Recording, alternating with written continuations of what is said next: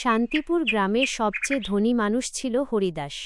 যেমন তার টাকা, তেমনই তার লোভ।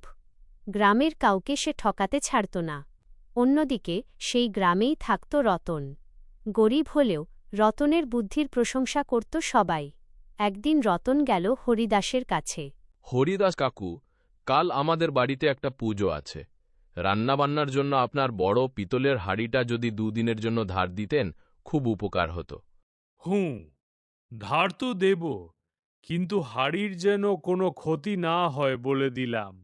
আর দুদিনের পরেই ফেরত চাই। রতন মাথা নেড়ে হাঁড়ি নিয়ে বাড়ি চলে গেল। দুদিন পর রতন হরিদাসের হাঁড়ি ফেরত দিতে এল। কিন্তু এ কি, রতন বড় হাঁড়িটার সাথে একটা ছোট চকচকে পিতলের হাঁড়িও নিয়ে এসেছে।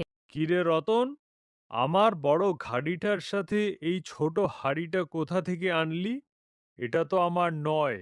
কাকু, একটা আনন্দের খবর আছে। কাল রাত্রে আপনার ওই বড় হাঁড়িটা একটা বাচ্চা দিয়েছে। যেহেতু বড় হাঁড়িটা আপনার, তাই তার বাচ্চাও তো আপনারই হবে। ঠিক বলেছিস রতন, আমার হাড়ির বাচ্চা তো আমারই হবে। রেখে দে এখানে। হরিদাসের লোভ দেখে রতন মনে মনে হাসল এবং চলে গেল। সপ্তাহখানেক পর রতন আবার হরিদাসের কাছে এল। এবার তার বড় একটা কাজের জন্য পাত্র দরকার। আগামী সপ্তাহে আমার বোনের বিয়ে।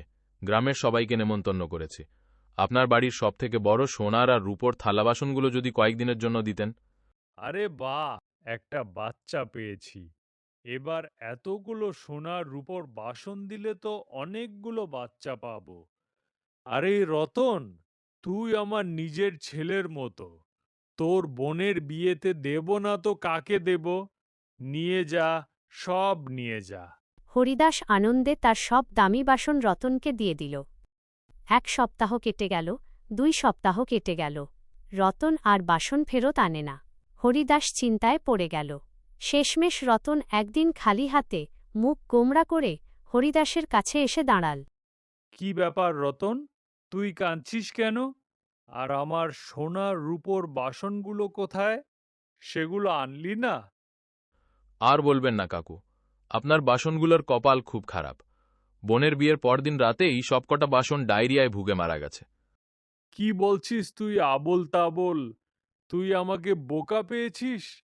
সোনার রূপোর বাসন কখনো মরে যায় নাকি? কেন কাকু, পিতলের হাঁড়ি যদি রাতারাতি বাচ্চা দিতে পারে, তবে সোনার বাসন ডায়রিয়ায় ভুগে মরত না কেন? জন্ম থাকলে তো মৃত্যুও থাকবে, তাই না? হরিদাস বুঝতে পারল, নিজের লোভের কারণেই আজ সে ঠকেছে।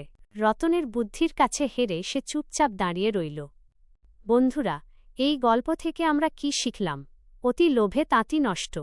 অন্যের জিনিস অন্যায়ভাবে পাওয়ার লোভ করলে শেষ পর্যন্ত নিজেরই বড় ক্ষতি হয়ে যায়। হরিদাসের মতো লোভী না হয়ে রতনের মতো বুদ্ধিমান হও।